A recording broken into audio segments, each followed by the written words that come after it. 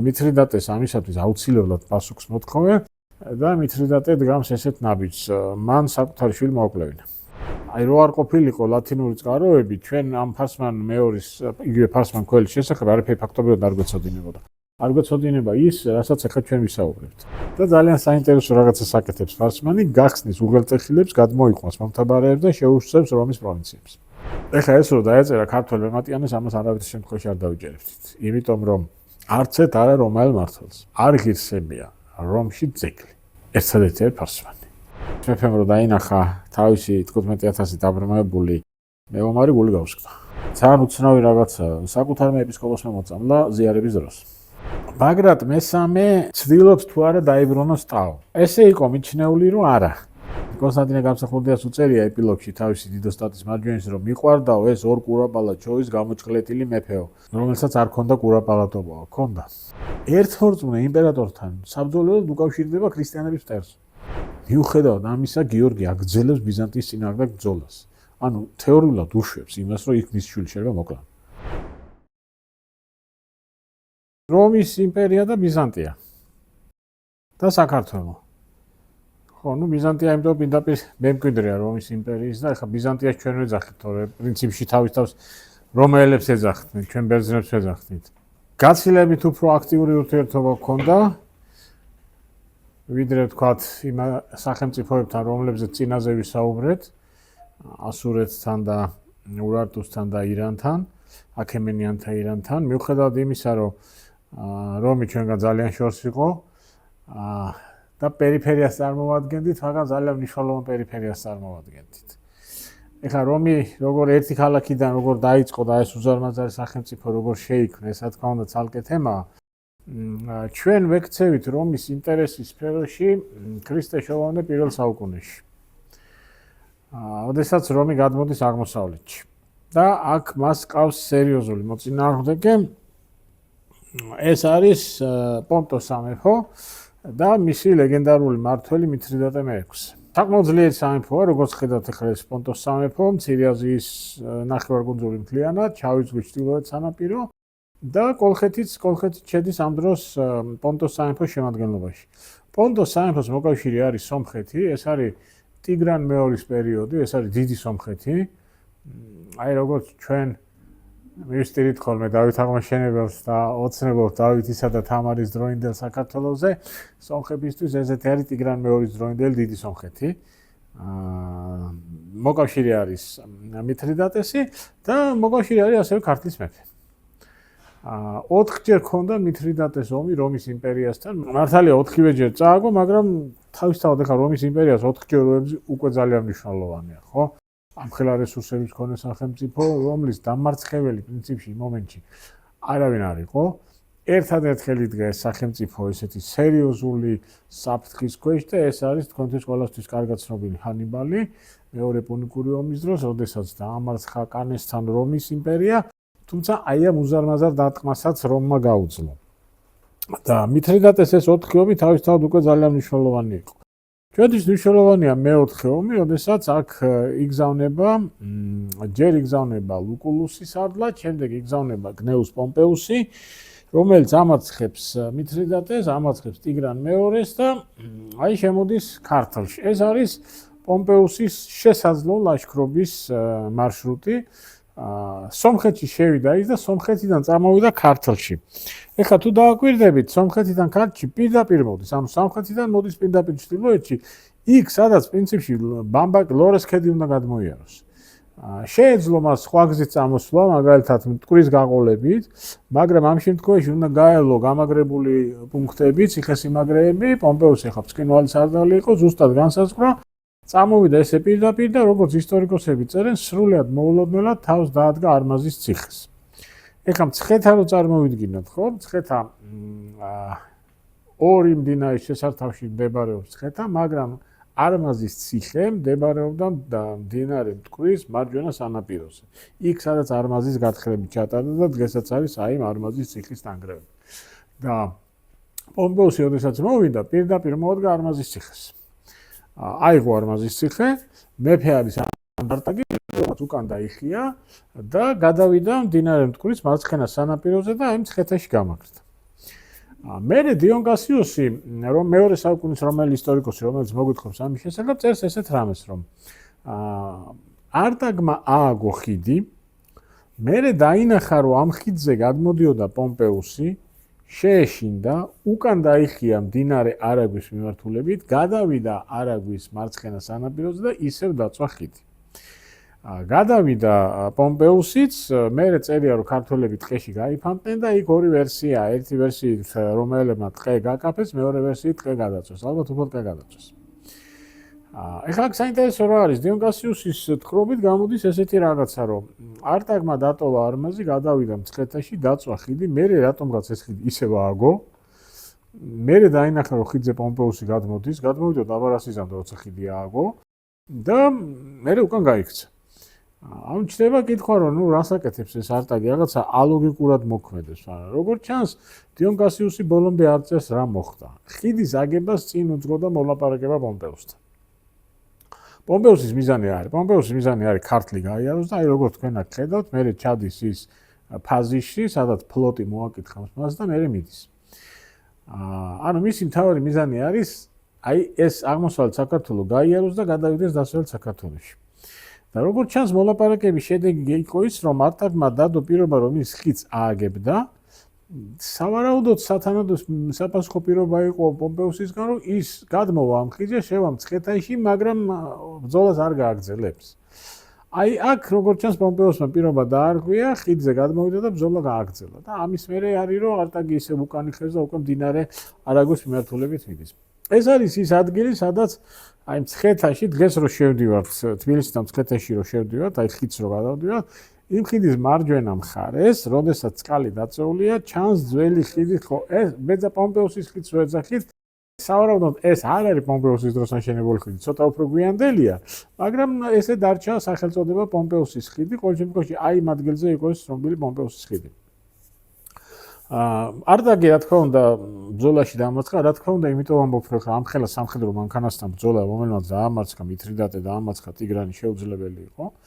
გადადის დასავლეთ საქართველოში პომპეუსი და იქ ნიშნავს ადგილობრივ მმართველს, ვინმე არისტარქეს. მოჭრილი არის მონეტა, შემონახულია მონეტა, რომელსაც აწერია არისტარქე კოლხელი. ეს არის პომპეუსის მიერ დანიშნული მმართველი. ანუ პომპეუსის ლაშქრობის მერე საქართველოს ორად იყოფა საქართველოს ტერიტორია. ერთი, რომელიც უშუალოდ შედის რომის იმპერიის შემადგენლობაში, ეს არის დასავლეთ საქართველო და მეორე, რომელიც ინარჩუნებს დამოუკიდებლობას, მაგრამ გარკვეულ ვალდებულებას კისრულობს რომის წინაშე. რა ვალდებულებაა ეს? ეს არის კავკასიონის უღელტეხილების დაცვა. ამაზე წინადაც ვისაუბრეთ ჩვენ, ეს უღელტეხილები არის უაღრესად მნიშვნელოვანი სტრატეგიულად, იმიტომ რომ აკონტროლებს ჩრდილოეთ კავკასიიდან აქეთ ვინ გადმოვა, ვინ ვერ გადმოვა და რომელების ინტერესი არის ერთი, რომ ეს უღელტეხილები იყოს ჩაკეტილი, რომ იქიდან მომთაბარები არ შემოეჭრან აქ. ეს ამოცანა პრინციპში ქართლისთვისაც მისაღებია, ხო? ანუ ეს არ არის ის ვალდებულება, რომელიც ქართლის ინტერესებს არ შეესაბამება. ამ შემთხვევაში რომისა და ქართლის ინტერესები ერთმანეთს დაემთხვა. თუმცა პომპეუსი, როდესაც დაბრუნდა რომში და იქ ტრიუმფი ჩაატარა, დატყვევებულებს შორის იყვნენ იბერიელი ტყვეები და იყო არტაგის მიერ მისთვის გაგზავნილი საჩუქრები. ანუ პრინციპში ქართლი გახდა იმპერიის ვასალი, ოღონდ ეს საკმაოდ ესეთი მსუბუქი ვასალობა არის, არ გულისხმობს რაც ხარჯს, არ გულისხმობს რაც ჯარის გაგზავნას, გულისხმობს ერთადერთი აი ამ უღელტეხილების დაცვას. ეხლა კიდე ერთი რამ არის, რომსა და პარტიას შორის მიმდინარეობს დაპირისპირება და სომხეთი არის პარტიის მოკავშირედი. ეს ერთი პარტიის პარტიაში მმართველი დინასტიის განშტოებაზე სომხეთში და ამითაც არის ეს განპირობებული. ეხლა ქართლს და სომხეთს ერთმანეთში სხვა ურთიერთობა აქვთ. ქართლმა სადღაც ფარნაოზის გარდაცვალების მერე ქართლმა დაკარგა სამხრეთის მიწები, სავარაუდოდ ეს არის მესხეთის ნაწილი და ქვემო ქართლის ნაწილი, რომელიც გადავიდა სომხეთის შემადგენლობაში.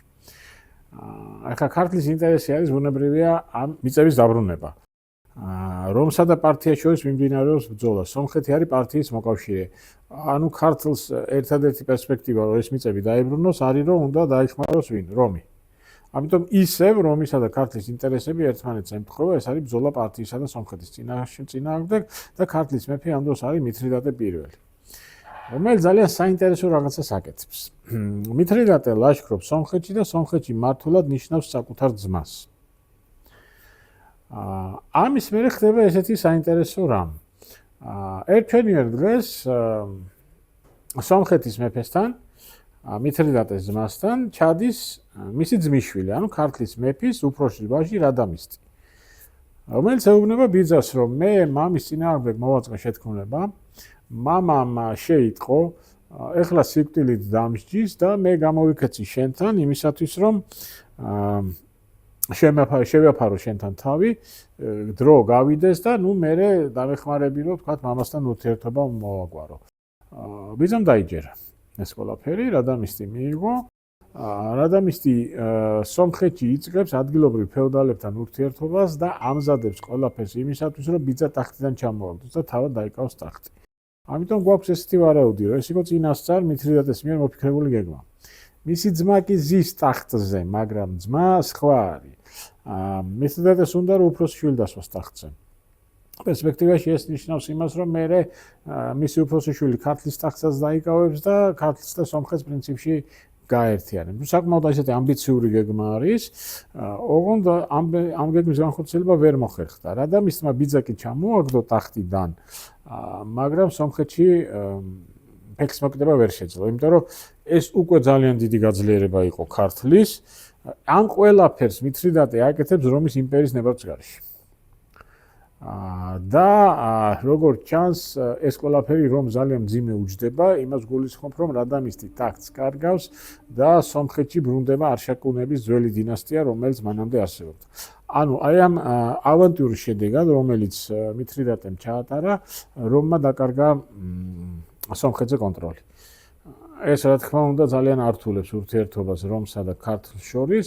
მითრიდატეს ამისათვის აუცილებლად პასუხს მოთხოვე და მითრიდატე დგამს ესეთ ნაბიჯს, მან საკუთარი შვილი მოუკლევინა.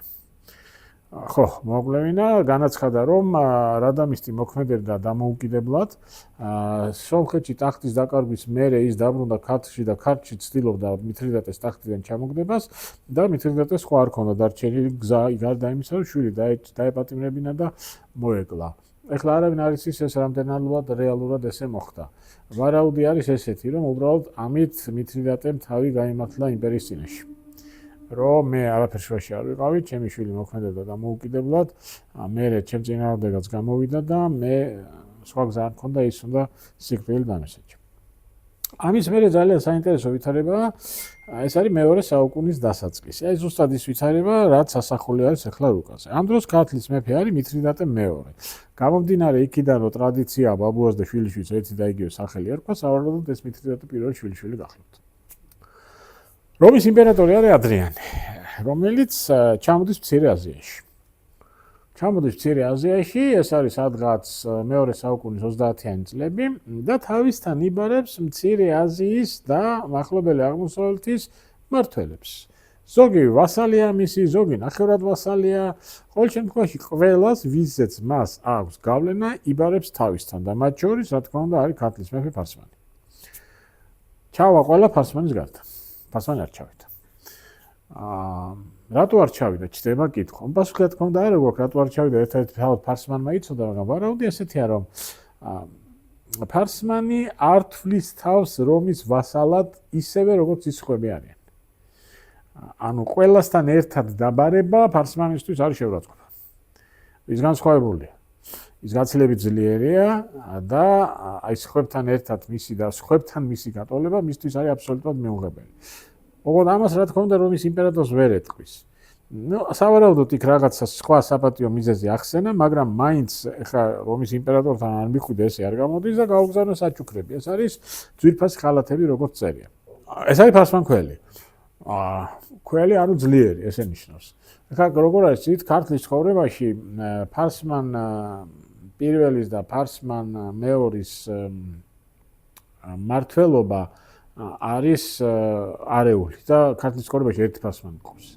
აი რო არ ყოფილიყო ლათინური წყაროები, ჩვენ ამ ფარსმან მეორის იგივე ფარსმან ქველის შესახებ არაფერი ფაქტობრივად არ გვეცოდინებოდა. არ გვეცოდინება ის, რასაც ახლა ჩვენ ვისაუბრებთ.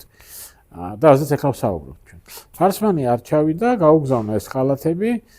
ეხლა ჩვენ მოდი სიტუაცია შევატრიალოთ და წარმოვიდგინოთ ადრიანეს მხრიდან. იმპერატორი, ამხელა სახელმწიფოს მმართველი ყველაფერი მასზეა დამოკიდებული და ვიღაცა ფარსმანი არ მოდის. როგორია ახლა იმპერატორისთვის ეს? ხო კი, რაღაც საპატიო მიზეზის გამო კი ხალათებს აგზავნის, მაგრამ ახლა ფარსმანის ხალათები ვისუნდა. პრესტიჟის ამბავია, მე ვიბარებ და არ მოდის რა. ანუ რა უნდა ქნას? შეურაცხყოფა ლაშქრობით ვერ ლაშქრობს ქართლში, მაგრამ რაღაცნაირად შეურაცხყოფა უნდა მიაყენოს და როგორც წერენ ნორმალი ისტორიკოსები, ეს ხალათები ჩააცვა გლადიატორებს.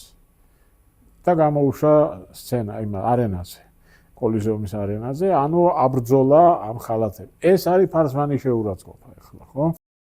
ეხლა ფარსმანმა უნდა უპასუხოს ამაზე რაღაცნაირად და ძალიან საინტერესო რაღაცას აკეთებს ფარსმანი, გახსნის უღელტეხილებს, გადმოიყვანს მომთაბარეებს და შეუშწევს რომის პროვინციებს.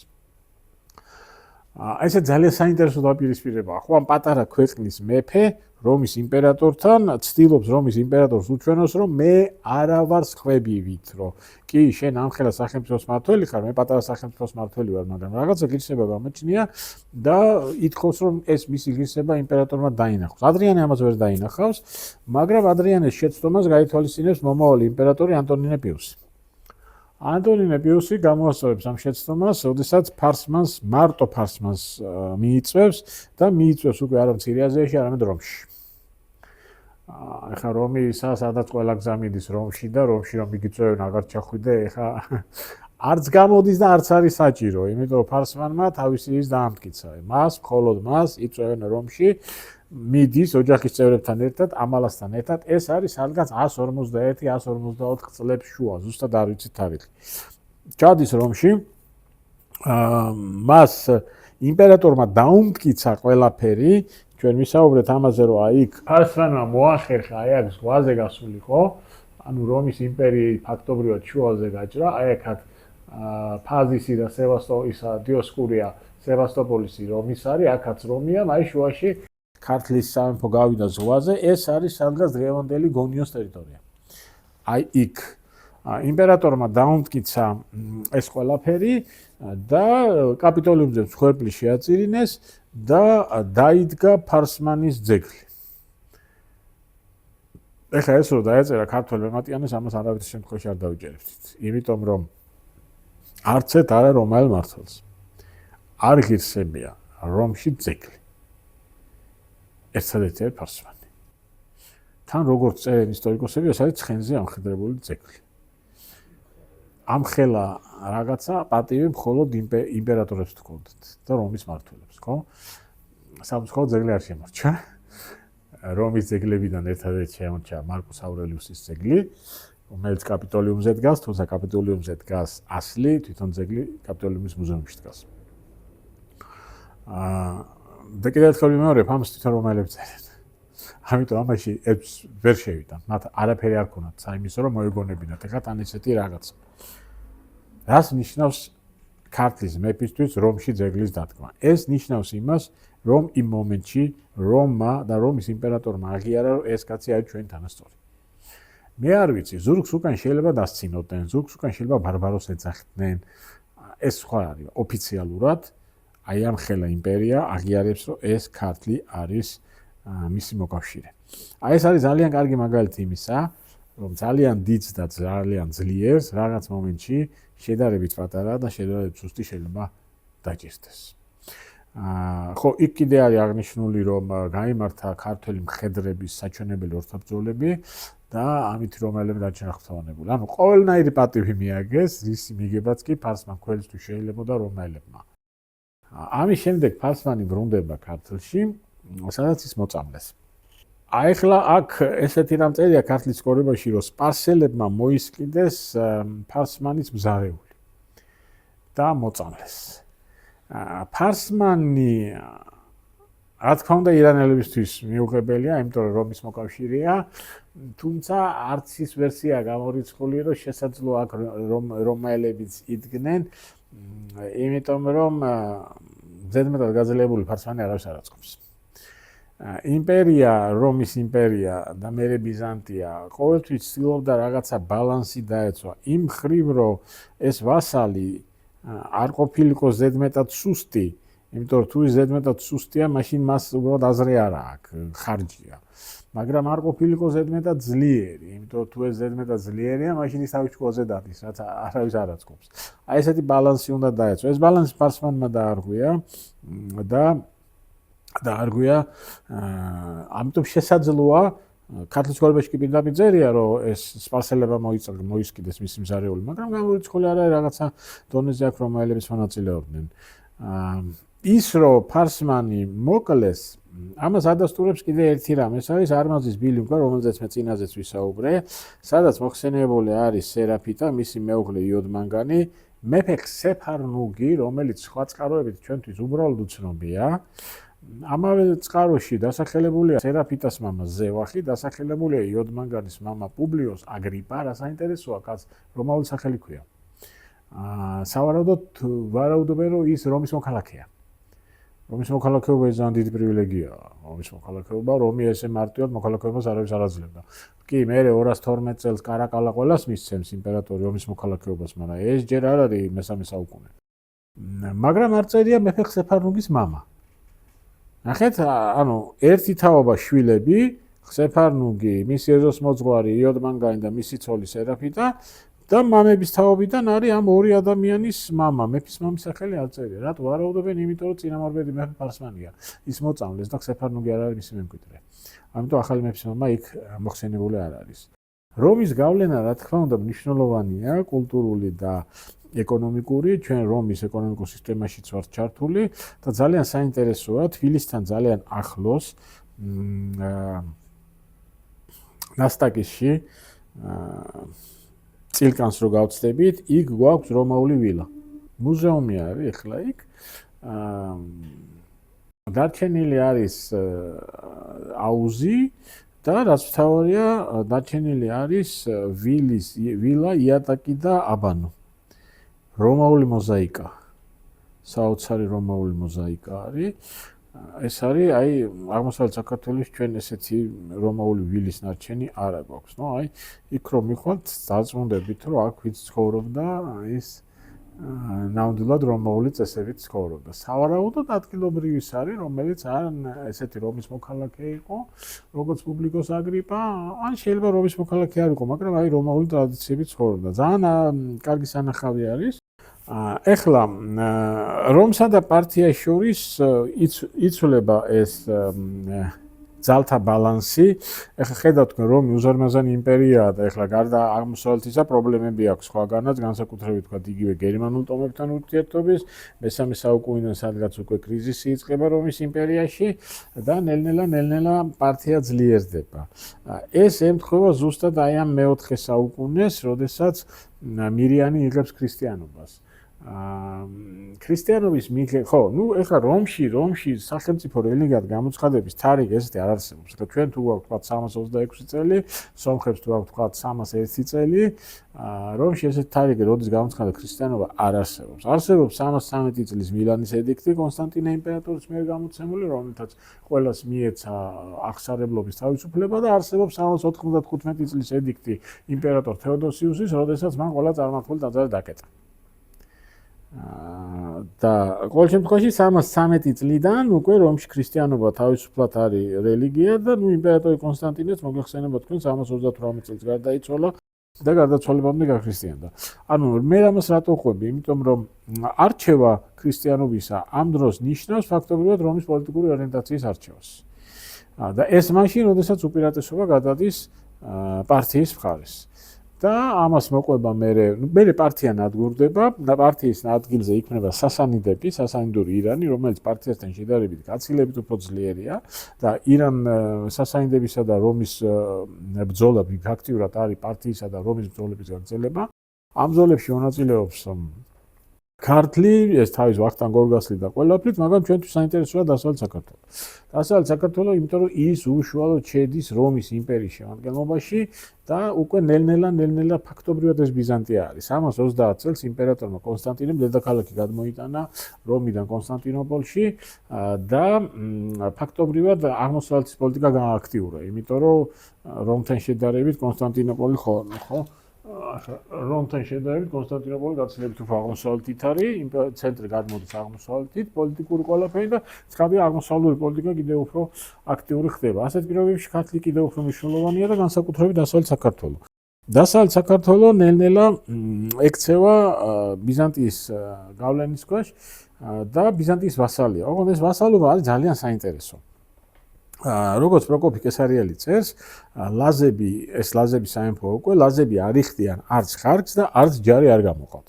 აბა რაში გამოიხატება ვასალობა? ვასალობა გამოიხატება ერთადერთ რამეში, როდესაც ახალი მეფე ადის ტახტზე, იმპერატორი მას უგზავნის სამეფო ნიშნებს.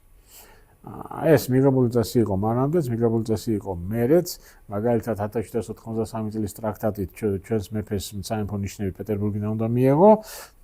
ეს არის ასეთი ხაზგასმა, რომ შენ ჩემი ქვეშევრდომი ხარ, მეტი არაფერი. პრაქტიკულად ამაში არაფერი არ შედის. ბიზანტიის იმპერატორი ვერ ერევა ტახტის მემკვიდრეობის წესებში. ტახტის მემკვიდრეობა გადადის ისე როგორც ეს ლაზებს უნდათ. უბრალოდ ეს ფორმალური დამოკიდებულება არის. ესე ხარკს თუ არ იხდი, ჯარი თუ არ გამოყავს, ნუ ფაქტობრივად არაფერი სერიოზული შენ ვალდებულება იმპერიის მიზნად არ აქვს. ეხლა რა ხდება? მე ვახტანგ გორგასლის გარდაცვალების მერე ირანი ძლიერდება აღმოსავლეთ საქართველოში, იკავებს აღმოსავლეთ საქართველოს და მიადგა უშუალოდ დასავლეთ საქართველოს. გაჩნდა საფრთხე იმისა, რომ ირანი გადავალ დასავლეთ საქართველოში და ეს ძალიან მტკივნეულია ბიზანტიისთვის, იმიტომ რომ უკვე ზღვაზე გავა ირანი და უკვე ზღვიდანაც შეიძლება შეუტიეს ბიზანტიას. ანუ საპასუხო ნაბიჯია გასაკეთებელი. საპასუხო ნაბიჯი არის ის, რომ გავამაგროთ დასავლეთ საქართველო. როგორ გავამაგროთ, უნდა შევიყვანოთ ჩვენი ჯარი. და ლაზიკაში შემოდის ბიზანტიელთა ჯარი, რომელიც დგება სასაზღვრო ციხეებში. მაგალითად ჩორაპნის ციხეში დგება. ამ ჯარის მომარაგება, რა თქმა უნდა, ევალება ადგილობრივ მოსახლეობას, რომლისთვისაც ეს ზედმეტი ხარჯია და საერთოდ წარმოუდგენელი ხარჯია, იმიტომ რომ ეს თირამე არ ყოფილა, მათ არ ახსოვთ ეს თირამე. ამიტომ ბუნებრივია რაღაცა მომენტში ადგილობრივი მოსახლეობა უბრალოდ აღარ აწვდის ამ ჯარს სულსაც ანოვაგეს. ახლა ჯარს არ აწვდიან სულსაც ანოვაგეს, ჯარმა ციხეები დატოვა. ხო მშვიდები ხო არ იქნებოდნენ. ციხეები დატოვა, ამით ისარგებლა ირანმა. გადავიდა დაიკავა ციხეები. ანუ ბიზანტია კიდევ უფრო შეშფოთდა და იმის ნაცვლად, რომ თქვა ლაზებთან დაეწყო მოლაპარაკებები, კიდევ უფრო მეტი ჯარი შემოიყვანა, სტრატეგოსი, ანუ სარდალი ამ ჯარისა. ეხლა წარმოიდგინეთ ბიზანტიელი სტრატეგოსი დასავლეთ საქართველოში როგორი დამოკიდებულება ექნება ადგილობრივ მმართველებთან, რა? ზემოდან უყურებს. არაფერს არ ეკითხება. მათ ძალიან მნიშვნელოვანია სავაჭრო მონოპოლია შემოიღო, ანუ ფასები თვითონ მან დააწესა და იქამდე მიიყვანა ლაზები, რომ ლაზებს უჩნდებათ სურვილი დაუკავშირდნენ ირანს. თუ თქვენი შვილი არ კითხულობს, მაშინ ეს ის ადგილია, სადაც უნდა გვესტუმროთ. ფასკუნჯი გურამ მეგრელიშვილის წერის საავტორო სკოლა. აი ეს პრინციპი, ჩემი მტრის მტერი, ჩემი მეგობარია. ხო? ჩვენ უნდა ავჯახდეთ ბიზანტიელების წინააღმდეგ, მარტო ვერ ავჯახდებით, ვინ დაგვეხმარება ირანი. ამ დროს ბიზანტიის იმპერატორი არის იუსტინიანე პირველი. ეს არის ალბათ ბიზანტიის ისტორიაში ყველაზე დიდი იმპერატორი. ნუ მას ალბათ ბასილი მეორე თუ გაუტოლდება, რომელზეც ჩვენ ცოტა მერე ვისაუბრებთ. უდიდესი იმპერატორი და ამავე დროს ირანის შაჰი არის ხოსრო, ასევე ირანის ერთ-ერთი ყველაზე დიდი შაჰი. ირანელები თავის ისტორიას იწყებენ აქმენიანებიდან, 2600 წელია მათი ისტორია მინიმუმ და ამ 2600 წლის მანძილზე გამოყოფენ 4 დიდ შაჰს. ეს არის კიროს დიდი, დარიოს დიდი, ხოსრო და შაჰი აბას პირველი. მათთვის დიდი, მართლა ძალიან დიდი იყო, ხო ჩვენთვის მწერია სხვა საკითხია. ანუ ბიზანტიისა და ირანის მმართველები, აი ზენიტია ორივე სახელმწიფოსი და აი ამ პერიოდში ისინი იწყებენ ბრძოლას, ინსპირაცია ხდება ლაზების მხრიდან. ეს არის ლაზების ცნობილი მეფე გუბაზი, რომელიც ირანელებს უკავშირდება და სთხოვს დახმარებას, გადადიან ირანელები, ამაცხებენ ბიზანტიელებს. ბიზანტიელები ტოვებენ დასავლეთ საქართველოს, გუბაზი გახარებულია, ლაზები გახარებული არიან, ყველაფერი კარგად არის, ეხლა ირანელებს ვეთქვით მადლობა და ვიქნებით ჩვენ ჭკუაზე, მაგრამ ესე არ არის, ხო? ირანელები არცაც ასვლას არ აპირებენ. ისინი აპირებენ ხოსრომ ძალიან კარგად იცის დასავლეთ საქართველოს მნიშვნელობა, სტრატეგიული მნიშვნელობა ირანთან დაპირისპირებაში, ხო? ისა ბიზანტიასთან დაპირისპირებაში. ამიტომ არცაც ასვლას არ აპირებს. და აპირებს ამ ხარის დამორჩილებას. ოღონდ დამორჩილებას როგორ? აქედან ლაზები გაასახლოს და ჩამოსახლოს ირანული ტომები. ლაზები რო ადვილად გაასახლოს, ამისათვის საჭირო არის რომ მეფე მოკლას. ოღონდ მეფე ისევ ლაზებმა უნდა მოკლან.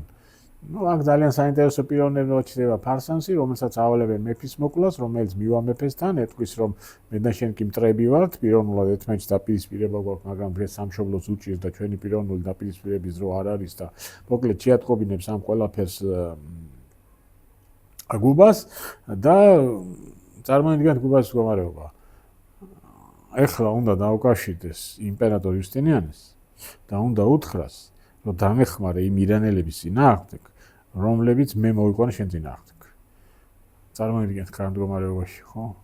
თავმოყარე კაცი, მეფე. ანუ უნდა აღიაროს, რომ მისი გეგმა ჩაიშალა, უნდა აღიაროს, რომ შეცდა.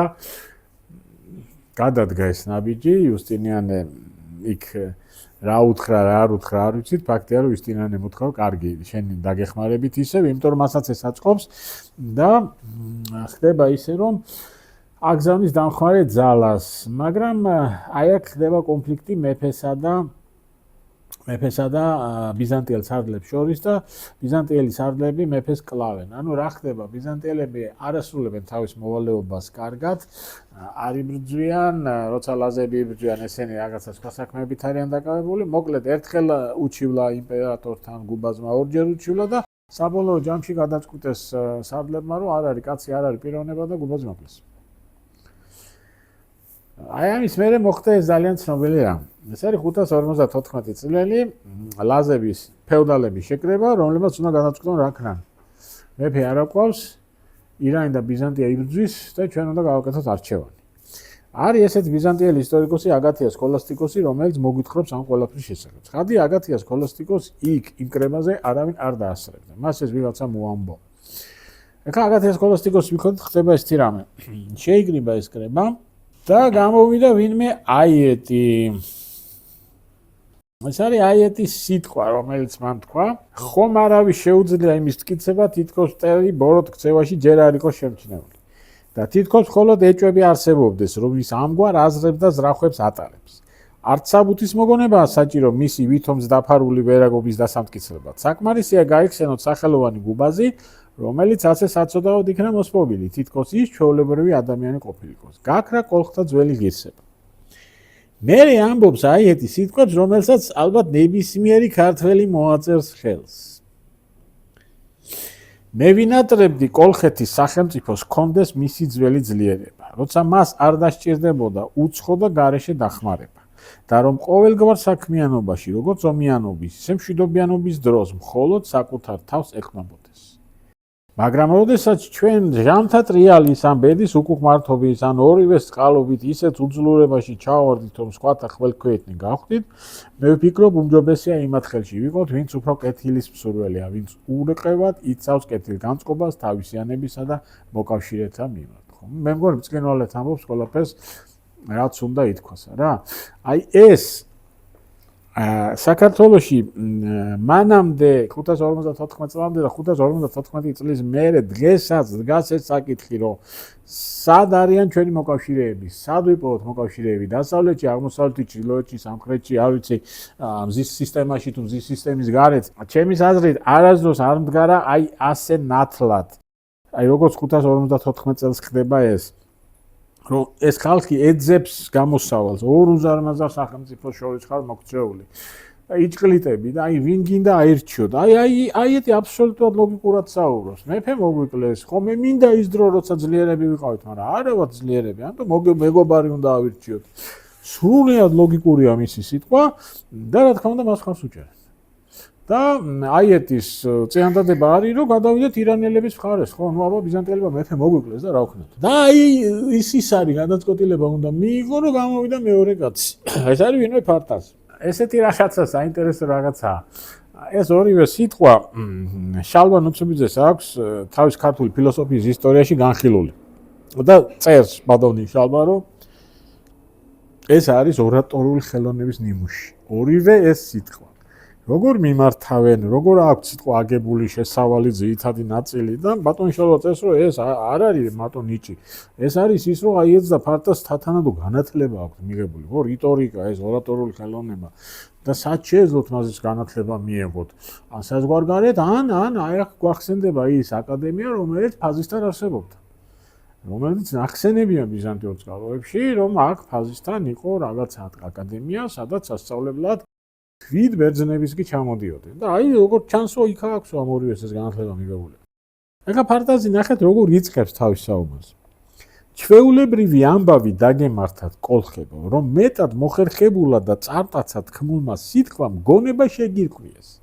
უძლეველი რაღაც არის მჭერმეტყველება და ის თითქმის ყველას ამარცხებს, განსაკუთრებით კი იმათ, ვისაც წინათ მისი ძალა არ გამოუცდია.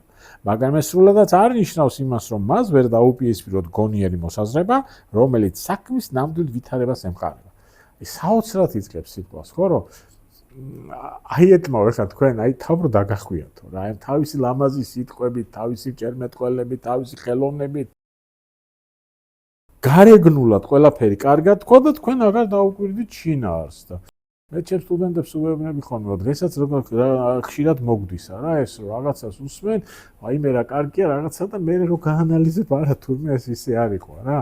აი ძალიან როგორ ამას თან რა საინტერესო რამეს ამბობს. ჩვეულებრივი ამბავი დაგემართათ კოლხებო, რომ მეტად მოხერხებულა და წარტაცად თქმულმა სიტყვებმა გონება შეგირქმიეს. აი ამის მერე იწყებს უკვე საუბარს იმას, რომ აიეტი რომ მაცდურსა და შემპარავ სიტყვებს მოგახსენებდათ, ვერც კი შეამჩნიათ როგორ მოტყუდით. და მე ეუბნება რომ აიეტიო მთელი ცხოვრება ირანელების მომხრე არისო და ამას გეუბნებათ ეხლაც და თქვენ საერთოდ ვერ ხვდებითო ამასო და ისე გადაგიყვანოთო ყველანიო თავის ჭკუაზე რომ აქცენტიო შეცვალაო ჩვენ იმაზე ხარ საუბრობთ კაცო გუბაზი რომ მოკლეს ეს ცუდია თუ კარგიაო. გუბაზი რომ მოკლეს ცუდიაო ჩვენ საუბრობთ ორიენტაციას რა უყო. მე არ მგონია რომ გუბაზი იმპერატორის ბრძანებით მოკლესო და მოდითო ესე გავაკეთოთო იმპერატორ შევატყობინოთო თუ იმპერატორი დაждისო გუბაზის მკვლელებს მაშინ დავჩებით ბიზანტიის იმპერიის ხარჯზე მაგრამ თუ იმპერატორი მკვლელებს არ დაждის მე კიდე შევიკრიბები და კიდე ვისაუბრებთ ხო სხვა რას დაემსგავსება ჩვენი საქციელი თუ მივემხრობთ უზენაესი არსების სასტიკ მტრებს ანუ ირანელებს თუ ისინი აგვიგზავნებენ ჩვენი საქმო წესების შესრულებას და თავიანთ წესებზე გადაგვიყვანენ. ამაზე უფრო სამძიმეო რა უნდა განვიცადოთ ჩვენ, რომლებიც ცოცხლები ვიქნებით და ამავდროულად მკვრებიც. რას მოვიგებთ იმით, რომ მთელი სპარსეთი შევიერთოთ და სულები წავიწყდოთ. ხო, ანუ აქ უკვე ღირებულებები დაუყენა მან, რომ შეიძლება ფიზიკურად გათავრჩეთ და სპარსეთთანაც კარგად ვიყოთ, მაგრამ აბსოლუტურად სხვა რეალობაში აღმოჩნდებით. და დაითანხმა ყველა. დაითანხმა, იმიტომ აბსოლუტურად ლოგიკურად საუბრობდა და გადაწყდა, რომ იმპერატორი დაждიდა მკვლელებს და მართლა გაიმართა, სარდლები შეიპყრეს და გაიმართა სასამართლო. გაიმართა სასამართლო ლაზიკაში, მკვლელები დასაჯეს სიკვდილით. ოღონდ აქ მოხდა კიდე ერთი საინტერესო რამ. გამოვიდა კიდე ერთი ადამიანი, ჩვენთვის უცნობი, მას სახელი, ამ კაცის სახელი არ არის შემორჩენილი. ეს არის ასე ვთქვათ ბრალდებელი, ხო? აი ლაზების მხრიდან გამოვიდა ეს ბრალდებელი 554 წელია. და ნახეთ კაცი რას ამბობს. რა გვიშლიდა ხელს ჩვენ საკუთარი ხელით მოგვეკლა ეს სიცხლის სმელები. საუბარია სარდლებს.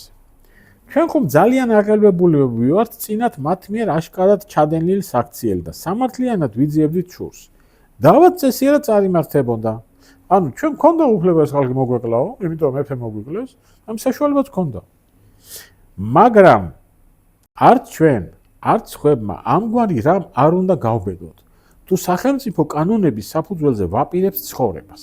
წარმოიდგინეთ, თუ ყოველ მსურველს ასე ერთბაშად შეიძლება საკუთარი მტრების მოკლა, ამგვარი საქციელის ხშირად ჩადენა მიგვიყვარდა უსაზღვრო თავხედობამდე, უაზრო დაიხოცებოდა მთელი მოდგმა და გამოძიების საშუალებას წინასწარ მოსპობს იმათი უკანონო საქციელი, რომლებიც ყოველთვის სამაგეროს გადახდას მიმართავენ. 554 წელს კაცი აზროვნებს ესე, რომ სახელმწიფოში ვცხოვრობთ და ამიტომ არ შეიძლება ყველა მოქმედებდეს ისე როგორც უნდა. მე ხშირად ვამბობ ხოლმე, რომ ეს კაცი რო გააღვიძა დღეს არ ვიცი რას თქონდა. 554 წელს ჩვენი წინაპრები ამ დონეზე არიან, მისულიო სახელმწიფოში ვცხოვრობთ, ამიტომ კანონებით უნდა ვიცხოვროთ. მონარქიულ სახელმწიფოში მეფე საკრალური ფუნქცია აქვს, საკრალური ფიგურაა და მეფეს რომ მოგიკლა, ყველაფრის გაკეთება შეგიძლია, არა. აი ესაა ძალიან საინტერესო მომენტი, კიდევ ერთხელ ვიმეორებ და ამავე დროს ტრაგიკული.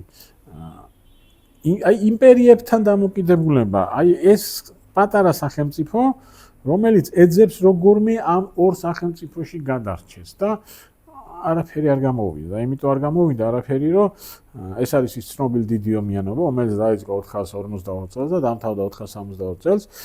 ომი დაიწყო ისე, რომ ლაზიკა იყო ბიზანტიის ვასალი და ომი დამთავრდა ისე, რომ ლაზიკა დარჩა ბიზანტიის ვასალი. ანუ ვერაფერი ვერ მოიგო.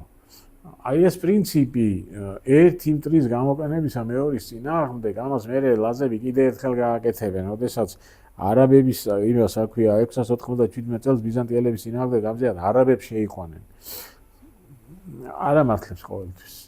ან თუ ამართლებს ხანმოკლე ტაქტიკაში ამართლებს, იმიტომ რომ მე ის მეორე მტერი რო ძლიერდება, ის მაინც მტერია და მაინც ის თავისი მტრული ზრახვები უჩნდება მას. აი ეს დამოკიდებულება, აი შენი ინტერესები დაამტყვიო იმპერიის ინტერესებს. როცა ეს ემთხვევა, თქვა ფარსმანქველის პერიოდში, ნუ მაშინ კარგია, მაგრამ როცა არ ემთხვევა, მაშინ რა უნდა ქნა? რა ძალიან ძლიერ მდგომარეობაა. აი არ დაემთხვა გუბაზის დროს. და სადა გუბაზმა სხვა რაღაცას გაკეთება, მაგრამ არ გამოუვიდა, იმიტომ რომ ძალები არ იყო. ძალიან რთული რაღაცა არის. რა თქმა უნდა, რომთან და ბიზანტიასთან ურთიერთობა უზარმაზარი რაღაცაა, იმიტომ რომ იმ დროინდელი მსოფლიოს ყველაზე დიდი ცივილიზებული სახელმწიფოა. და ეს არ არის მარტო ომი, ეს არის იქიდან განათლების მიღება, კულტურის მიღება, ცოდნის მიღება, რამდენი ქართველი იქ სწავლობდა, რამდენი ქართველი იქ კარიერას იკეთებდა. ეს ყველაფერი, რა თქმა უნდა, ძალიან მნიშვნელოვანია, მაგრამ ნუ თავარი მაინც ეს არის, მისი და შენი ინტერესები, რამდენად დაემთხვევა და ეს მცდელობა დაამთხვიოს საკუთარი ინტერესები დიდი იმპერიის ინტერესებს. ხან გამოსდით, ხან არ გამოსდით.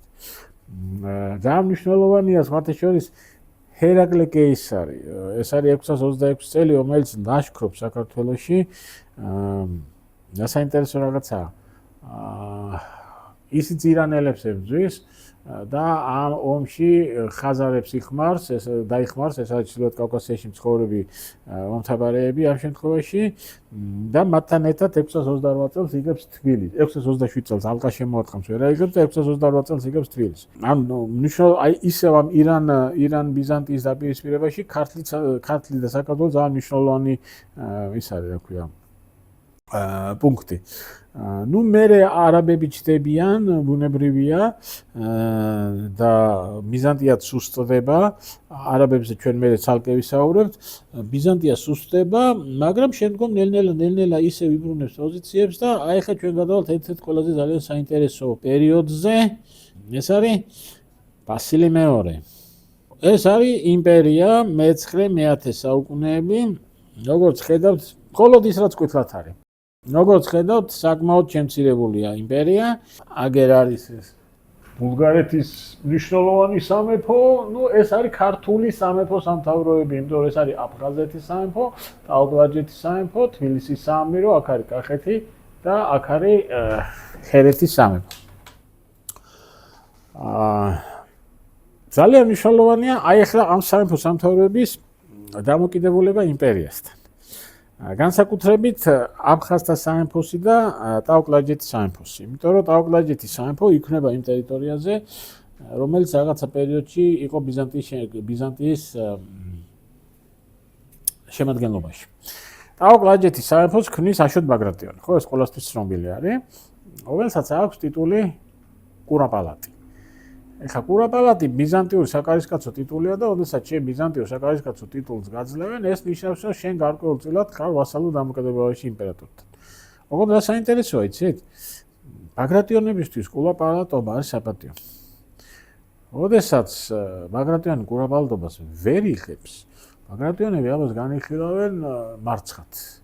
და ცდილობენ კურაპალატობის მიღებას. მაგალითად, ბაგრატ მე-4, ოდესაც ტახტზე ადის და კურაპალატი არ არის, დედამისი მარია დედოფალი სპეციალურად მიდის ბიზანტიაში, 3 ამოცანა აქვს, მშვიდობა დაიდოს ბიზანტიასთან, დინასტიური ქორწინება შედგეს და ცალკე არის ხაზგასმული, კურაპალატობა მიიღოს ბაგრატ მეოთხისთვის. ანუ აი ეს რომ შენ კურაპალატი ხარ და მაინც რა გარკვეულ ვასალურ დამოკიდებულებაში ხარ იმპერიასთან, მაინც საპატიოა ურთიერთობაში აი იმ სამეფო სამთავროებთან, რომლებიც მაშინ არსებობენ. ბასილი მეორე, რომელიც ისტორიაში არის ცნობილი როგორც ბულგარეთ-მუსვრელი. იმიტომ რომ ბულგარეთის სამეფოს დამარცხებისას, როგორც წერენ, 15000 ბულგარელს თვალები დათხარა. ყოველ მიასეს დაუტოვა ერთი თვალი. ხო, ერთი თვალი, იმიტომ რომ ამ ერთს ის 99 უნდა წაეყვანა უკან იმპერიაში. როგორც ამბობენ ბულგარეთის მეფემ რომ დაინახა თავისი 15000 დაბრმავებული მეომარი გული გაუსკდა. მართლა საშინელი სანახავი იქნება, როცა მოვიდგენ შენი არმია მოდის აი ესე თვალებ დათხრილი არმია და ნუ ბულგარეთ-მუსვრელი ამ ისტორიით შევიდა, ამ სახელით შევიდა. სასტიკი კაცია ცხადია, თუმცა ბიზანტიის ერთ-ერთი ყველაზე დიდი იმპერატორია. ეს არის სწორედ ის იმპერატორი, რომელსაც მცირე წლოვანების დროს მოუწყეს ბარდა სკლეროსმა მოუწყო ძალიან ცნობილი დიახება, რომელშიც დახმარებას თხოვეს ქართველებს. და დახმარებას თხოვეს დავით კურაპალატს. ეხლა დავკლავდით სამეფო, ძალიან საინტერესო სამეფოა. ყველა ბაგრატიონს აქვს თავის სამფლობელო. ამ სამეფოს ყავს უზენაესი მმართველი, ეს არის ქართველთა მეფე. ამ შემთხვევაში ეს არის ბაგრატ მეორე. მაგრამ ქართველთა მეფე ნომინალურად არის პირველი. ყველა ბაგრატიონი არის აბსოლუტურად დამოუკიდებელი მმართველი და არ შეუძლია ქართველთა მეფეს ვინმეს რამე უბრძანოს. ყველაზე ძლიერი მმართველი არის დავით კურაპალატი. აი ეს არის მისი სამფლობელო, აი ყველაზე სამხრეთით არის და ყველაზე ახლოს არის ბიზანტიის იმპერიასთან. ყველაზე ძლიერი მმართველია, ამიტომ მასთან აგზავნიან ელჩს და ელჩად იცით თქვენ აგზავნიან თორნიკეს. აქ ძალიან საინტერესო არის ყველაფერი აღწერილი. ათონის მთაზე არის თორნიკე ბერად აღკვეცილი, როდესაც მასთან მივიდნენ და სთხოვეს რომ იმპერატორი გიბარებსო. თორნიკეს პასუხი იყო ესეთი, ვიცი რატომ მიბარებს, ვიცი ვისთან მიბარებს და არ წავალ. ესე გამოუშვა ხელცარიელი. მერე თორნიკეს შეხვდა იოანე მთაწმინდელი, მეორე ქართველი და უთხრა ძალიან ფრთხილად უთხრა ესეთი რამ, რომ ჩვენ ვართ ბიზანტიაში. საბერძნეთში, ჩვენ საბერძნეთს ვეძახით. ბიზანტიელები ბერძნები მანდამაინც კარგი თვალით არ გვიყურებენ. ეხლა შენ იმპერატორმა რაღაცა გთხოვა და შენ უარი უთხარი. მეტი არაფერი არ უთხრა. და შენ გასაგები იყო, ხო?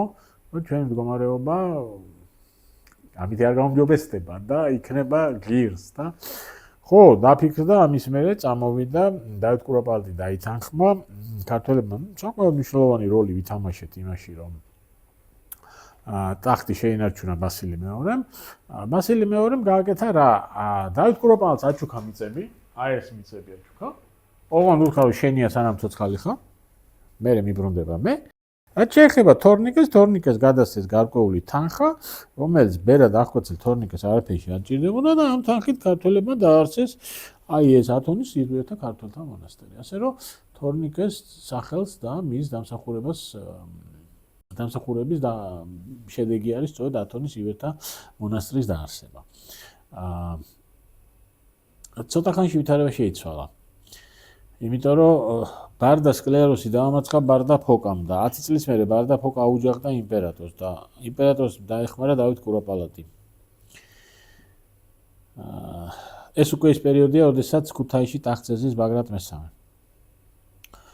დავით კურაპალატმა დაწერა ანდერძი, დამარცხდა დავით კურაპალატი, დავით კურაპალატმა დაწერა ანდერძი, რომ მთელ თავის ტერიტორიას და საუბარი არის არა მხოლოდ ნაჩუქარ ტერიტორიაზე, არამედ მამა პაპისაგან მიღებულ ტერიტორიაზეც, მთელ ტერიტორიას ის უტოვებს ბიზანტიის იმპერიას.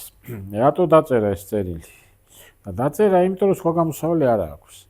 თუ ბრძოლას გააგრძელებს, დამარცხდება აშკარად, იმიტომ რომ ფოკა უკვე დამარცხებულია და დაგუპულია ბრძოლის ველზე, დამარცხდება და ბასილი წაიღებს ყველაფერს.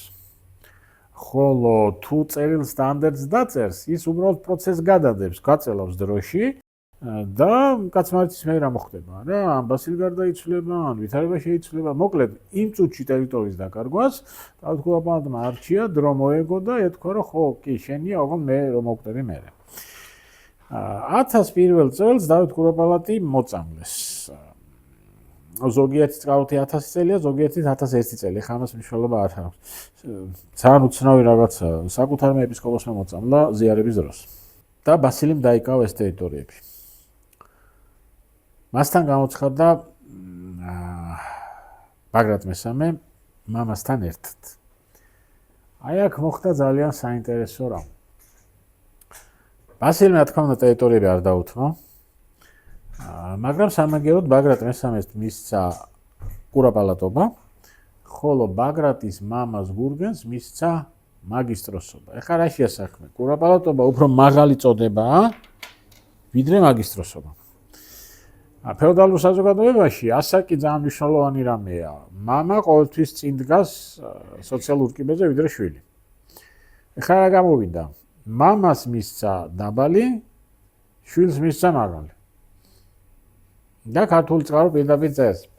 ავით უნდა მამა-შვილს შორის ჩამოეგდო კონფლიქტი. მაგრამ ბაგრატის მამა ისეთი გულწრფელი კაცი იყო და ამით არაფერი არ გამოვიდა. მაგრამ ჩვენ შეგვიძლია სხვანაირად შევხედოთ. ბაგრატი არის მეფე აფხაზთა და ქართველთა. და მამამისი მეფე არ არის. ბაგრატ მესამე არის მეფე აფხაზთა და ქართველთა. მამამისს არასდროს არანაირი ტიტული არ ქონია. როგორც კი გარდაიცვალა დავით კურაპალატი, ქართველთა მეფის ტიტული დავით კურაპალატიდან გადავიდა პირდაპირ ბაგრატ მესამეზე, ამას ადასტურებს ხცისის 1002 წლის წარწერა, რომელშიც გურგენი ცოცხალია, მაგრამ ქართველთა მეფედ მოხსენიებული არის ბაგრატ მესამე. ისევე როგორც ბაგრატის ტაძრის წარწერები. სადაც გურგენის სიცოცხლეში ქართველთა მეფედ იწოდება ბაგრატ მესამე.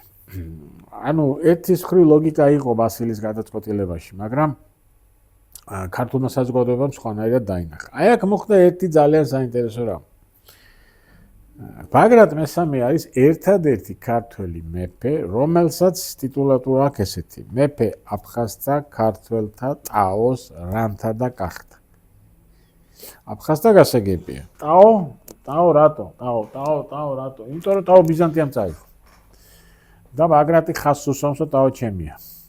ანუ ტიტულატურაში აკეთებს ამას, პროპაგანდისტულ ნაბიჯს დგამს, იდეოლოგიური ბრძოლა მიმდინარეობს ამ დროსაც. და ბაგრატი ყველას ეუბნება, რომ კი წაიღო, მაგრამ ჩემია. ამ ტიტულით არის მოხსენიებული კაცხის წარწერაში. მეფე აფხაზთა, ქართველთა, ტაოს, რანთა და კახთა. არც ერთ ქართველ მეფეს მერე ტაო აღარ აქვს. აღარ აქვს, იმიტომ რომ გიორგი პირველი რო დამარცხდა ბასილისთან ბრძოლაში, ცხადია ტაო ამოაღებინა.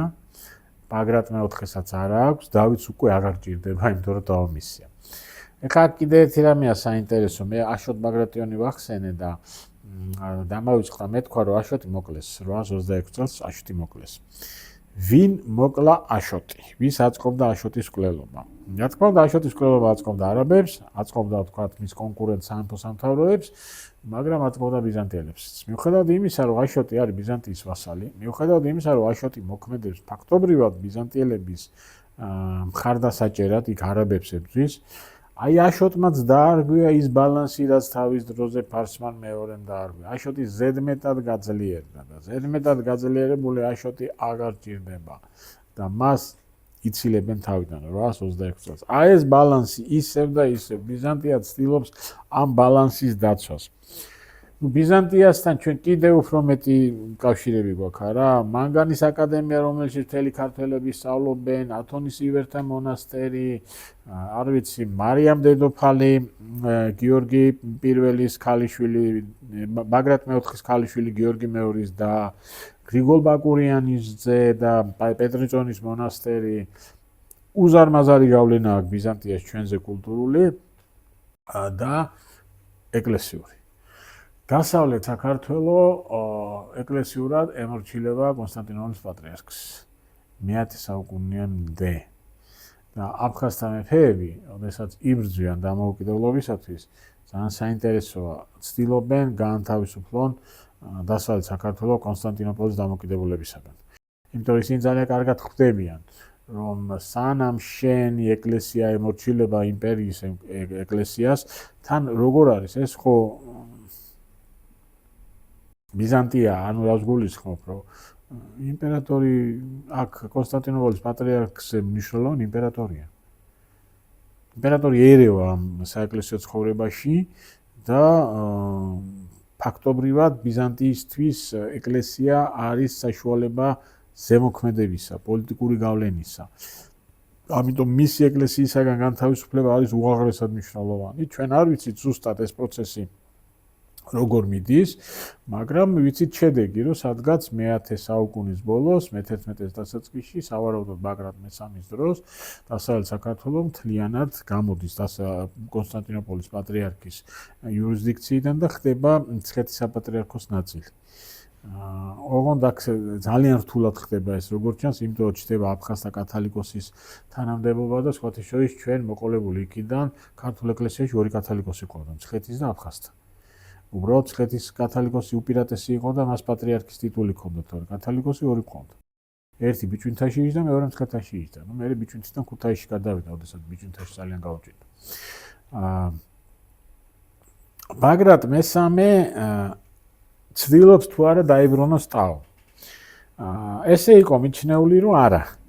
რომ მან ძალიან კარგად შეაფასა ვითარება, მიხვდა რომ ბრძოლას აზრი არ აქვს, მაგრამ ათონის ივერთა მონასტრის ერთ-ერთ ხელნაწერში აღმოჩნდა მითითება იმაზე, რომ ბაგრატ მესამემ სცადა იარაღის ძალით სცადა ტაოს დაბრუნება, რო არ გამოვიდა, მერე წავიდა მოლაპარაკებაზე. აი ესე ძალიან საინტერესო დამოკიდებულება არის. მოუსინჯა კბილი იმპერიას, თუ გამოვა, თუ არ გამოვა, იმ წუთას წავიდა მშვიდობიან მოლაპარაკებაზე. მაგრამ ის რაც ვერ გააკეთა და არ გააკეთა ბაგრატ მესამემ, ის გააკეთა მისმა შვილმა, თქვენთვის ყველასთვის კარგად ცნობილმა გიორგი პირველმა. ესე იგი, ეს ყვითელი არის ტერიტორია, რომელიც იყო ბიზანტიის იმპერია, ოდესაც ბასილი მეორე ადის ტახტზე. აი ეს წითელი საზღვარი. ეს არის უკვე ის ტერიტორია, რომელიც ბასილიმ შეიერთა. ანუ ნახეთ იმპერია როგორ გააძლიერა. ბასილიმ. ნუ ყველაზე მნიშვნელოვანი ის, რომ ბულგარეთის სამეფო გაანადგურა. ბულგარეთი გაცილებით საშიში იყო იმპერიისთვის, ვიდრე საქართველო. არა მარტო იმიტომ, რომ კონსტანტინოპოლთან უფრო ახლოს არის. არამედ იმიტომაც, რომ ბულგარეთის მეფეებმა გაბედეს ის, რასაც ქართველი მეფეები გაბედავენ დავით აღმაშენებლის დროს, მათ თავი გაუტოლეს იმპერატორებს. აღმოსავლურ ქრისტიანულ სამყაროში ბიზანტიის იმპერატორი პირველია, მას ვერავინ ვერ გაუტოლდება. აი ბულგარეთის მეფეებმა სცადეს ამის გაკეთება და ბასილი მიხვდა, რომ აქ დროზეა საჭირო და სამი ომი ჰქონდა ბულგარეთთან და ბულგარეთის სამეფო გაანადგურა მთლიანად. აი ამ დროს ისარგებლა გიორგი პირველმა და შეიჭრა ტაოსში და აი ეს ტაოს ტერიტორია, რაც იმპერიამ მიითვისა, გიორგი პირველმა დაიბრუნა. დრო ერთი შეხედვით კარგად შეარჩია. то ბასილი დაკავებულია ბულგარეთში ომით. მაგრამ არ ვიცი, გიორგი პირველი ალბათ ამ ფიქრობდა, რომ ბულგარეთთან ომი გაჭიანურდება, ამ ფიქრობდა, რომ ეს ბიზანტიის ძალიან დიდ რესურსებს წაიღებს. ყოველ შემთხვევაში ბასილიმ ბულგარელები დაამარცხა, მოტრიალდა და გიორგი პირველს მოსთხოვა ამ ტერიტორიების დათმობა. რადგან გიორგი უარი განაცხადა და იწყება ეს ცნობილი ბიზანტიასთან ომი. ჩვენი ომი. ჩვენ ბიზანტიასთან ომი არ გქონია აი იმ დიდი ომიანობის მერე. ну ჰერაკლე კეისრის შემოსევა ეს არ არის ომი, პრინციპში ომი აღარ ქონდა, იმიტომ რომ მე არაბები მოვიდნენ და ჩვენს დასუსტი და ისინიც დასუსტდნენ რა. აი ეს არის ახლა ეს ბიზანტია-საქართველოს ომი. აი ახლა ძალიან საინტერესო. ჩვენი ისტორია ისე წავიდა, რომ ჩვენ ერთმორწმუნე მოწინააღმდეგე თითქმის არ ყოლია. ხო, თუ მანამდე გვებძოდნენ სულ ან ცეცხლთაყვანისმცემლები ან წარმართები, მე სულ მუსლიმები. ერთადერთი რუსეთი თუ არ ჩავთვლით, რუსეთი გვიან მოდის. ერთადერთი ასეთი ერთმორწმუნე, რომელთანაც ჩვენ მქონდა ომი, იყო ბიზანტიის იმპერია. ეს ადასტურებს იმას, რომ მანდამაინც ერთმორწმუნეობა არ აღნიშნავს. აბსოლუტურად არაფერი გასაყოფი არ აქვს, ხო, პირიქით ბიზანტიის იმპერატორები, როცა სვეტიცხოველი შენდება, სვეტიცხოველი საჩუქრებს უზავნიან და ჩადიან კათოლიკოს პატრიარქები, ჩვენი მაგალითად მელქისედეკი რო ჩავიდა, ბიზანტიის იმპერატორმა კონსტანტინემ ის დიდი პატივით მიიღო ბასილის ძმა. მაგრამ ერთი არის ეს, მეორეა პოლიტიკური დაპირისპირება. გიორგი პირველი მარცხდება ამ ბრძოლაში, ხო, ნუ ბუნებრივად ამარცხდებოდით, იმიტომ რომ რესურსები არ არის თანაბარი, ამხელა იმპერია არის. ოღონდ საინტერესოა ერთი რამ. საქართველოს სამეფო კარზე როგორც არის ორი პოზიცია. ბიზანტიასთან ომის და ბიზანტიასთან ზავის დადების. აი ისე იქ მივდივართ. იმპერიასთან დამოკიდებულება, მშვიდობა და რაღაცების დათმობა თუ პრინციპულობა და ომი. როდესაც 1021 წელს შირიმის ბრძოლაში დამარცხდა გიორგი პირველი, მერე მას დახმარება მიუვიდა კახეთ-ერეთის სახით. კახეთ-ერეთი დამოუკიდებელი სამეფოა ამ დროს და ქართველი მემატიანე წელს საინტერესო რამეს მეფეს უნდოდა ომი. მაგრამ ვიღაცებმა დაუშალეს და მეფემ ბრძოლა ვეღარ გააგრძელა. ანუ მეფეს უნდა ომი, მაგრამ არის რაღაცა სერიოზული ძალა, რომელიც მეფეს არ აძლევს ომის საშუალებას. ეს ძალიან კარგად ჩანს გიორგი პირველის პერიოდში. მერე კიდე 1023 წელს ხელმეორედ რო შემოდის ბასილი იქ ისტორიკოსი ესეთ რამეს წერს, რომ ვისაც ომი უნდა და ომისთვის ემზადებოდნენ. ანუ საქართველოს სამეფო კარზე აშკარად არის ორი დაჯგუფება. ბიზანტიასთან ომის და ბიზანტიასთან ზავის. ძალიან ძნელი სათქმელია, რომელი უფრო სწორი იყო ხე მომენტში. არა? ეს დამოკიდებულება ესეთი რთულია. გიორგი პირველი გარდაიცვალა 1027 წელს, 27 წლის ასაკში, მთელი თავის ცხოვრება შეალია ბიზანტიასთან ომს. კონსტანტინე გამსახურდიას უწერია ეპილოგში თავისი დიდოსტატის მარჯვენის, რომ მიყვარდაო ეს ორ კურაპალა ჩოვის გამოჭყლეტილი მეფეო. რომელსაც არ ქონდა კურაპალატობა, ქონდა. მანგლისის ტაძრის წარწერა არის, სადაც მოხსენიებული იყო გიორგი მეფე, როგორც კურაპალატი. სავარაუდოდ 1023 წელს ზავი რო დაიდო ბიზანტიის იმპერიასთან, მაშინ ბიზანტიამ მას კურაპალატობა მიანიჭა. თუმცა მიუხედავად ამისა, საოცარია იცით გიორგი პირველის ეს ბრძოლა იმპერიის წინააღმდეგ, აი არაფერს არ ზოგავს. უკავშირდება ეგვიპტის სულთანს ალ-ჰაკიმს, რომელიც ცნობილი იყო თავისი სასტიკი დამოკიდებულებით ქრისტიანებისადმი. ერთმორწმუნე იმპერატორთან საბრძოლველად უკავშირდება ქრისტიანების მტერს. ალ-ჰაკიმს, ალ-ჰაკიმი მე ბიზანტიელებმა მოკრეს და კოალიცია არ გამოვიდა. 1023 წლის ზავით გიორგი პირველმა მძევლად გაგზავნა თავისი შვილი ტახტის მემკვიდრე ბაგრატ მეოთხე. მომავალი ბაგრატ მეოთხე. ეხლა წარმოიდგინეთ, მძევალი რატოა? მძევალი იმიტომ არისო ჭკვიანად იყო და თუ ჭკვიანად არ იქნები, იმ მძევალს შეიძლება თავი მოაჭრა. ბასილი მეორესთან ყავს მძევალი გაგზავნილი. ხო, ეხლა როგორ კაცთან არა? 15000 კაცი დათხარ თვალებს. მიუხედავად ამისა, გიორგი აგრძელებს ბიზანტიის წინააღმდეგ ბრძოლას. ანუ თეორიულად უშვებს იმას, რომ იქ მის შვილი შეიძლება მოკლა. აი საიდან აქვს ეს ესეთი ანტიბიზანტიური განწყობა, ის საიდან აქვს? არავინ არ ვიცით. აი არაფერს არ ზოგავს. ბოლომდე იბრძვის. პირველი ცოლის ომეხი ყავს ეს მარიამ არწრუნი. იმიტომ რომ ეს სომხები მოკავშირეები ყავს, მაგრამ პირველ ომში დამარცხების მერე სომხები ჩამოცილდნენ მას. მეორე ცოლი მოყავს, ოსთა მეფის ქალიშვილი ალდე. რატო? იმიტომ რომ ეხლა ოსები დაიხმაროს.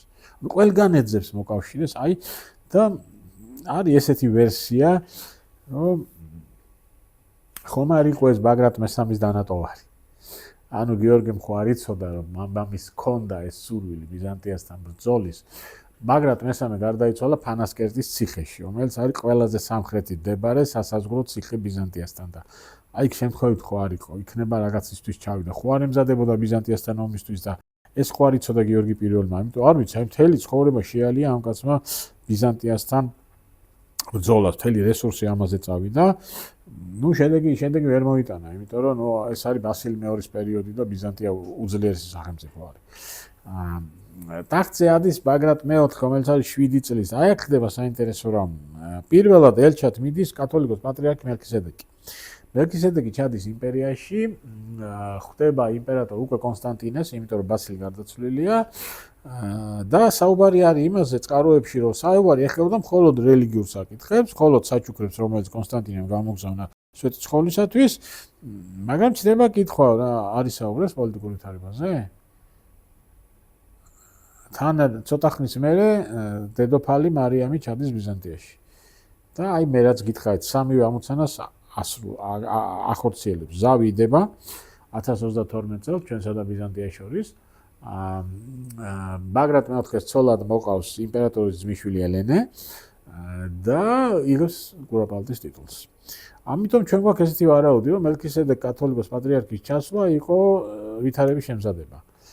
პოლიტიკოსი ფეოდალი არ წავიდა, იმიტომ რომ ეთყობა სიტუაცია დაძაბულია და ეხა კათოლიკოს პატრიარქი სხვა არის, სხვა წონა აქვს, იმპერატორს სხვა დამოკიდებულება აქვს, ანუ აქაც კარგად შეარჩიეს, ვინ უნდა წასულიყო, ვის უნდა დაეწყო ბიზანტიასთან, ასე ვთქვათ, დღეს უყვართ ეს ტერმინი დათბობა და გადატვირთვა პოლიტიკისა და აი გაიმარჯვა იმ მან ვინც ბიზანტიასთან მშვიდობის მომხრე იყო. მაგრამ მოხდა ძალიან საინტერესო რამ, ცოტა ხანში ელენე გარდაიცვალა. არის ვარაუდი რომ ქართველებმა მოწამდეს. ვინ? იმას ვისაც ბიზანტიასთან ომი უნდა. მას არ უნდა ბიზანტიელი დედოფალი და არის ესეთი ჰიპოთეზა რომ გიორგი პირველიც მოწამლულია, მაგრამ ეს მხოლოდ ჰიპოთეზა, რომელიც აბსოლუტურად არაფერს არ ემყარება. გარდა იმისა, რომ ახალგაზრდა გარდაიცვალა 27 წლის და მიუხედავად იმისა, რომ მართლა საოცარი მებრძოლი იყო და მართლა წერია მას უშიში ვითარცა უხორცო, არანაირი ჭრილობა არაფერი არ ქონდა. ამიტომ ჩდება კითხვა, რატო გარდაიცვალა და გამოითქვა ვარაუდი ხო არ მოწამლეს. არ ვიცი, ვერ გეტყვით. აი ელენე ძალიან მალე გარდაიცვალა და აქაც არის ეს ვარაუდი, რომ ეხლა ქართველებმა მოწამლეს, იმიტომ რომ ეს ბიზანტიელი დედოფალი არ გვინდა რა. ბიზანტიელი დედოფალი ნიშნავს ბიზანტიასთან არ უნდათ ქართველებს. ბიზანტიასთან მშვიდობა და მეორე ცოლი, ბაგრატ მეოთხის მეორე ცოლი, ეს არის ოსთა მეფის ასული ბორენა. აი აქ ხდება ძალიან საინტერესო და მნიშვნელოვანი რამ. ბაგრატ მეოთხეზე საუბრისას აუცილებლად უნდა გავიხსენოთ ძალიან საინტერესო პიროვნება.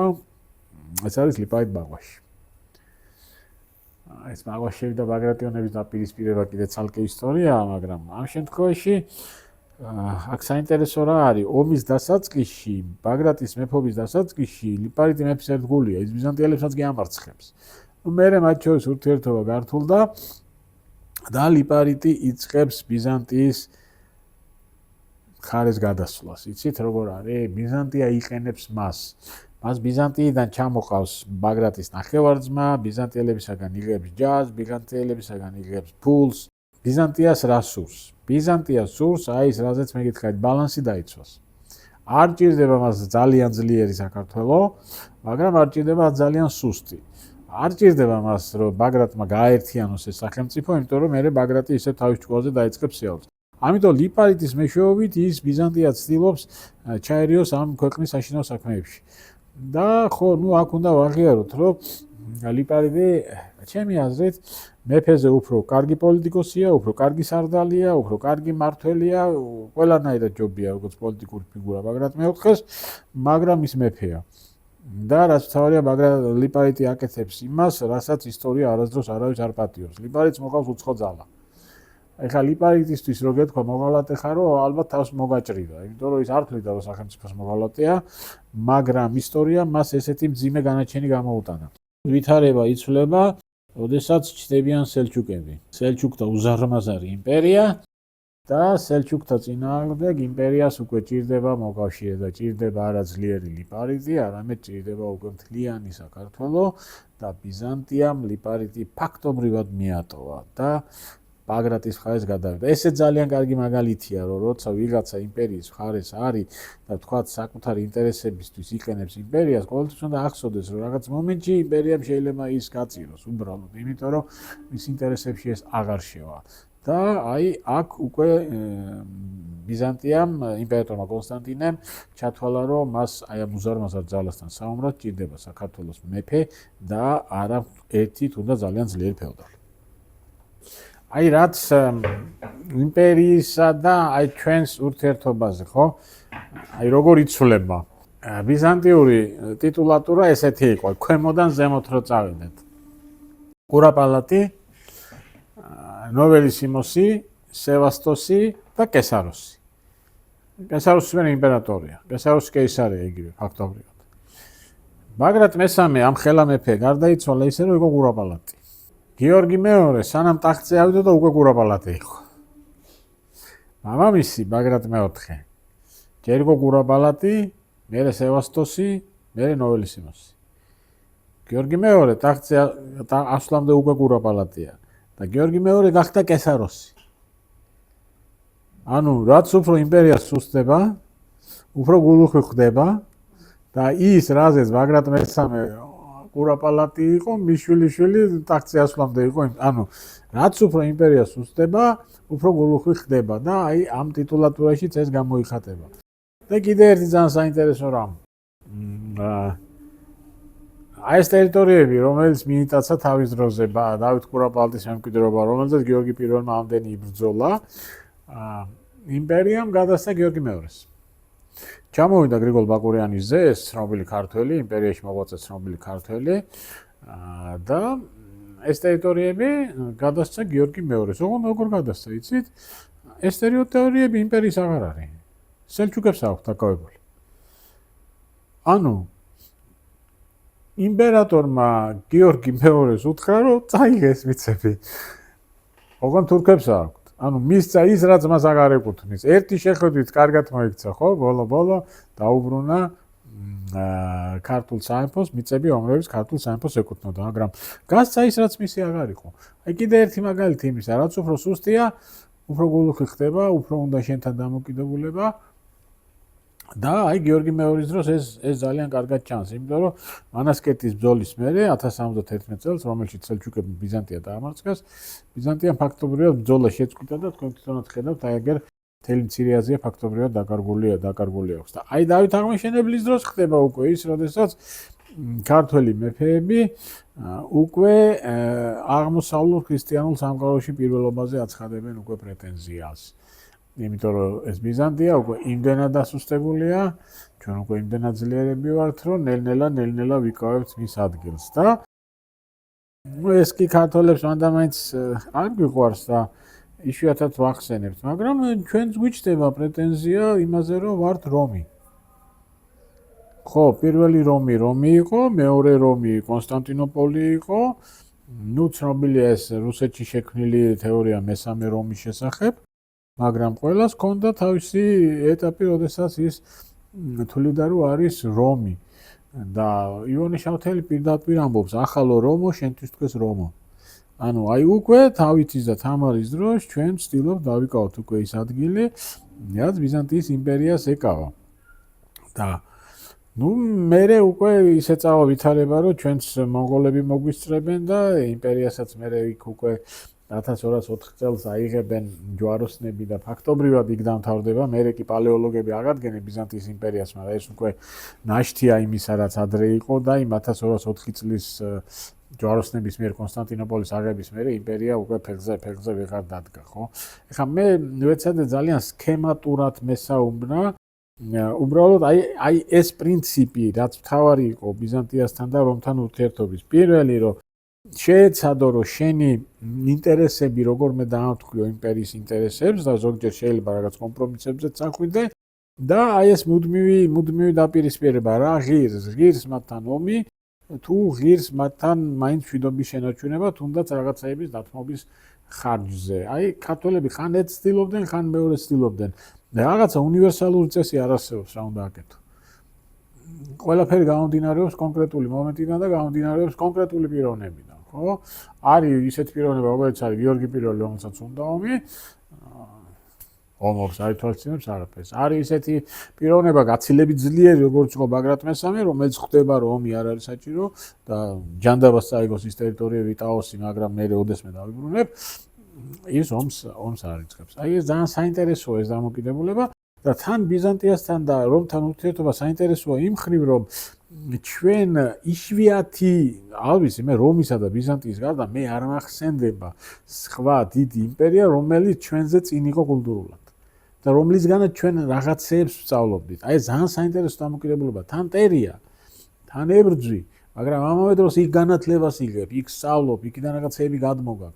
აი ეს არის ძალიან მნიშვნელოვანი, მაგრამ ესეთი იყო მხოლოდ რომი და ნუ განსაკუთრებით ბიზანტია. რომი კიდე ცოტა შორს იყო, ბიზანტია უკვე ახლოს იყო, ხო? აი ეს მერე ჩვენ ესეთი ურთიერთობა უკვე აღარ ქონია, იმიტომ რომ ეს იყო მე მგონი ერთადერთი ვიმეორებ შემთხვევა, როდესაც იმპერია იყო ჩვენზე მაგალ განვითარებული და კი სეფიანთა ირანიდან ჩვენ რაღაცა მივიღეთ, იგივე აღმოსავლური კულტურა, მაგრამ ესე რომ თქვა რომ ჩვენზე მაგლა ხო რაღაცაში შეიძლება კი, მაგრამ ესე არა როგორც ბიზანტია. იქ აშკარად ჩვენ ვიყავით მოსწავლე და ის იყო მასწავლებელი.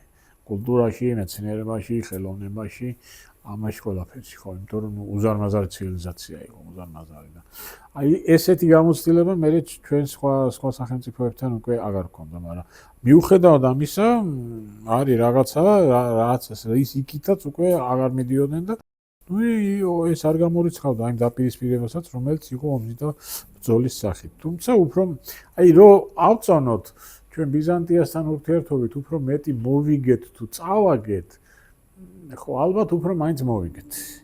ოღონდ ერთი რამეც უნდა გავითვალისწინოთ, ბიზანტია არ ცდილობდა ჩვენს სრულ დაპყრობას. არ უცდია მას ეს. ის ცდილობდა ჩარეულიყო ჩვენ საშინაო საქმეებში, ის ცდილობდა რაღაცა ბალანსი დაეცვა, ზედმეტად არ გავეძლიერებინეთ, მაგრამ აი ესეთი სურვილი, რომელიც მერე უჩნდებათ თქვათ ირანს, ოსმალეთს, რუსეთს, რომ მთლიანად დაეპყარი. ესეთი სურვილი მას ჩვენთან დაკავშირებით არ ჰქონდა. იქიდანაც გამომდინარე, რომ უკვე თვითონაც ხვდებოდნენ, რომ ამისი საშუალება აღარ აქვს. ერთჩინად ჩვენ ყოფილიყავით თქვათ მათი ვასალი და აი ამით შემოფარგლულიყვნენ. ანუ კაცმა არ იცის თქვათ რომ მოენდომებინათ ჩვენი დაპყრობა, მაშინ რას ვიტყოდი ახლა მე რომ მეტი მივიღეთ თუ მეტი დავკარგეთ. იქ სადაც ქონდა ბასილიმ ის სამხრეთ ტერიტორია წაიღო და იქ თავისი ადმინისტრაციული ერთეული შექმნა, იბერიის თემა, აქეთ უბრალოდ ხვდებოდა რომ აღემატება მის ძალებს და აღარ ჭირდება. ხო, აი ესეც განსხვავებულია, ხო, იმიტომ რომ არ ცდილობდა ჩვენ სრულ დაპყრობას და თუმცა თქვათ ბულგარელებს გაუკეთა, კი, ჩვენ არა. აი ძალიან საინტერესო არის ეს რაღაცა ამ ხრივ ამ გამონაკლისია აი ბიზანტიასთან ურთიერთობა, იმიტომ რომ ესეთი ერთმარცმუნია და მეორე კულტურულად ჩვენზე წინა. თუ თქვენი შვილი არ კითხულობს, მაშინ ეს ის ადგილია, სადაც უნდა გვესტუმროთ. ფასკუნჯი გურამ მეგრელიშვილის წერის საავტორო სკოლა.